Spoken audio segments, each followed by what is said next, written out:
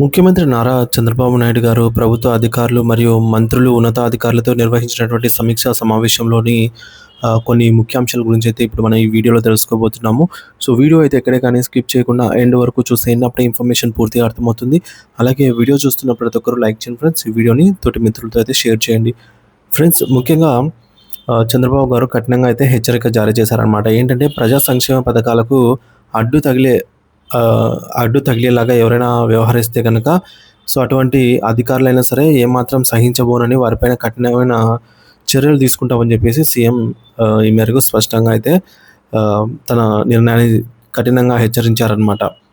So ప్రజా సంక్షేమ పథకాలు ఏవైతే ఉంటాయో వాటికి ఎటువంటి ఆటంకాలు కలగకూడదు అని చెప్పేసి కఠినంగా హెచ్చరిక జారీ చేశారు. రెండవది, నిర్లక్ష్యంపై ఆగ్రహం. ప్రభుత్వంలో కీలక బాధ్యతల్లో ఉంటూ వ్యవస్థకు ప్రతికూలంగా మారే వారిని నిర్లక్ష్యంగా వ్యవహరించే అధికారులను అసలు క్షమించే ప్రసక్తే లేదని చెప్పేసి ఈ మేరకు కీలక పదవుల్లో ఉంటున్న కీలక బాధ్యతలు చేపడుతున్న వారు ఎట్టి పరిస్థితుల్లో నిర్లక్ష్యం వహించరాదని చెప్పేసి కరాఖండిగా అయితే తేల్చి చెప్పారు. సాంకేతికత వినియోగం.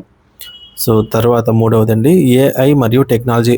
పాలనలో పారదర్శకత పెంచడానికి మరియు ఫైళ్ల కదలికలో వేగవంతం చేయడానికి ఆర్టిఫిషియల్ ఇంటెలిజెంట్, ఏఐ వంటి ఆధునిక సాంకేతికతను మరియు ఇన్నోవేషన్కు విరివిరిగా వీటిని ఉపయోగించాలి. ఏఐని బాగా యూస్ చేసుకోవాలని చెప్పేసి కూడా చంద్రబాబు గారు అయితే సలహా ఇచ్చారన్నమాట. అవినీతి రహిత పాలన. తర్వాత సాంకేతికతను ఉపయోగించుకోవడం వల్ల అవినీతికి తావు లేకుండా పారదర్శకమైన సేవలు కూడా ప్రజలకు అందుతాయని సీఎం గారు ఆకాంక్షించారు. ఇక 5 క్షేత్రస్థాయి పర్యటన తప్పనిసరి. అధికారులు కేవలం ఏసీ గదుల్లో కూర్చొని కంప్యూటర్ స్క్రీన్ల మీద చూస్తే వాస్తవ పరిస్థితులు తెలియవని, నేరుగా ప్రజల వద్దకు వెళ్ళాలి అని చెప్పేసి ఆదేశించారనమాట. Field visit.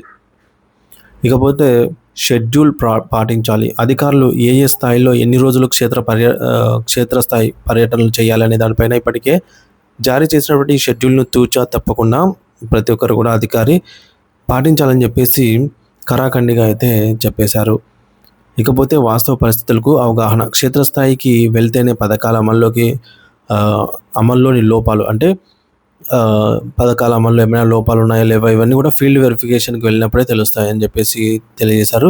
సో ప్రజల అసలైన కష్టాలు తెలుస్తాయని చెప్పేసి అప్పుడే సరైన పరిష్కారం చూడగలమని చెప్పేసి పేర్కొన్నారు.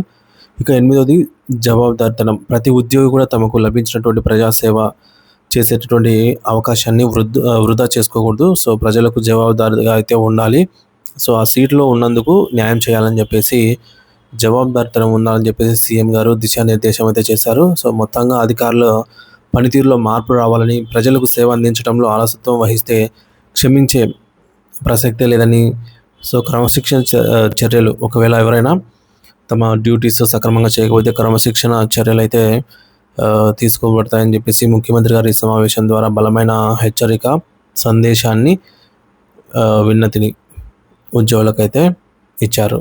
సో దీనిపై మీ అభిప్రాయం ఏంటనేది ఖచ్చితంగా కామెంట్ ద్వారా తెలియజేయండి friends. Thank you for watching this video.